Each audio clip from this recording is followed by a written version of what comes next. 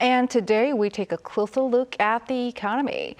Tax benefits on car purchases are soon to end in the nation. This as concerns grow over decreasing tax collection by the government. For more on this issue, our business correspondent Shin Ha-young joins me in the studio. Hi, Ha-young. Thank you for having me, Jung-min. So first of all, if I were to buy a car, how much more will I have to pay?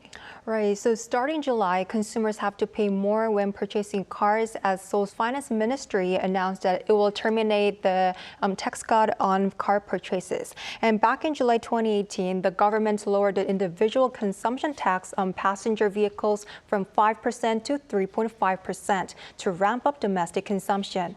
It then cut the tax even more, albeit temporarily, during the first half of 2020 when the economy was first hit by the COVID-19 pandemic. And a 3.5% level has been extended every 6 months since then, with the maximum benefit limited to 1 million Korean won, or about $780.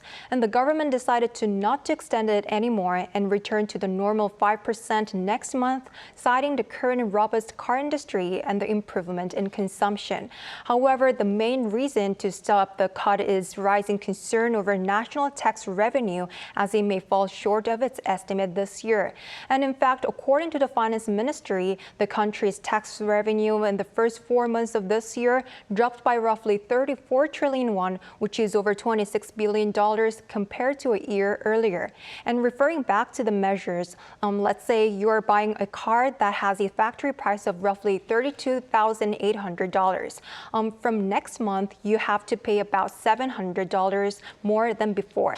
However, a day before the ministry's announcement, the National Tax Service said that it will slash the consumption tax base by 18% for domestic cars to mitigate the impact of higher taxes on cars produced at home.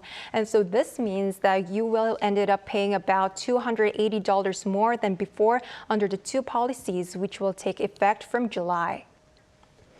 And Ha-young, speaking of tax revenue, is this measure expected to be effective enough to ease concerns? Well, to give you a straight answer, no. The measure is not enough to address the the shortfall in tax revenue. And in fact, an expert who I spoke to said that tax on car purchases contributes little to our tax revenue. Let's take a listen.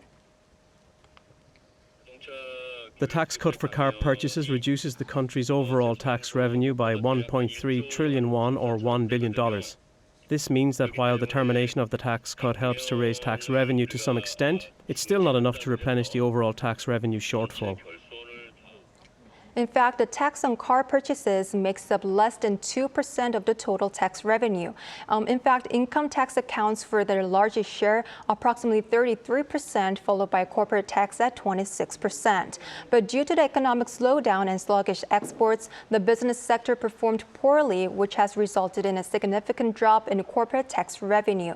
And also, with the stagnation of the asset market, income tax has declined as well. And these taxes are expected to continue to decline amid a gloomy outlook for South Korea's economy, with the country's economic growth expected to hover around 1% range this year. Then how is the government responding? Well, the government's latest decision on the car tax cuts is seen as a signal that other temporary tax benefits could also set to be cut. And in fact, in April, South Korea decided to extend its fuel tax cut measures for 4 more months. However, due to more stable oil prices these days, watchers say the government could abolish it. And there are also expectations that the government could issue deficit financing bonds to fill the tax revenue shortfall or cut down expenses.